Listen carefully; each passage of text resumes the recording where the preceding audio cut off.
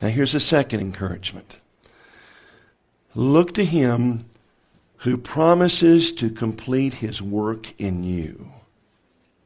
Philippians chapter 1 and verse 6. Being confident of this very thing, that he which hath begun a good work in you shall perform it until the day of Jesus Christ. Have you ever thought about it?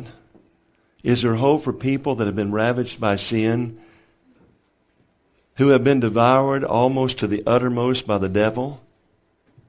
Well, ask a few of the biblical characters.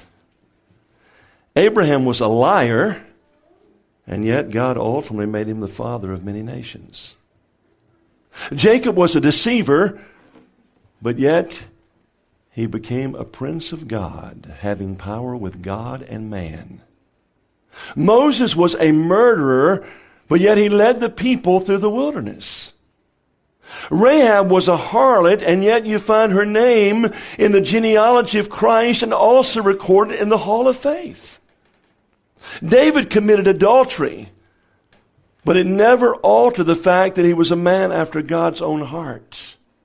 Peter denied the Lord, but God raised him up as a powerful prophet of righteousness on the day of Pentecost. Thomas doubted, but he was used by God to advance the kingdom of God in the kingdom there in the book of Acts.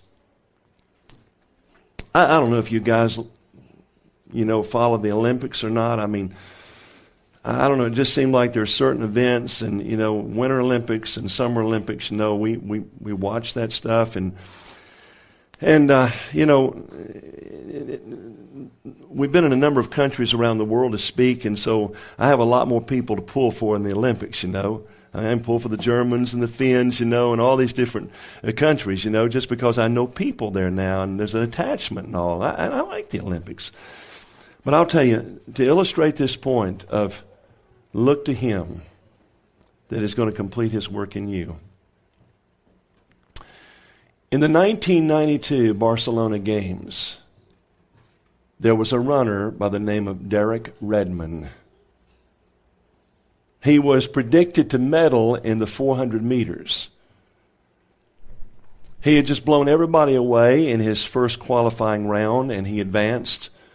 But in the second qualifying round, halfway around the track, his hamstring snapped.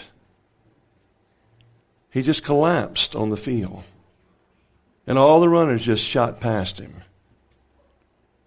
All of his hope of winning a medal and perhaps even the gold was just dashed in just a split second.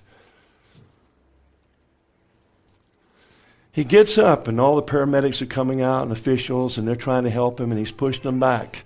And you can see the tears just coursing across his cheeks. I mean, the pain you feel for him, not only physically but also the disappointment. And here he is, he starts limping down the track, and then he starts just hobbling on one foot. And all the people in the stands, 65,000, start standing to their feet and giving him standing ovation. And suddenly he stumbles again. And you can see in the background there's a large man that's pushing his way through security. And finally they just back off. It happens to be Derek's father, Jim. And his daddy comes out, and the boy leans on his daddy. He's just weeping profusely. And his daddy, Jim, says, son, you don't have to do this. He said, yes, I do. Yes, I do.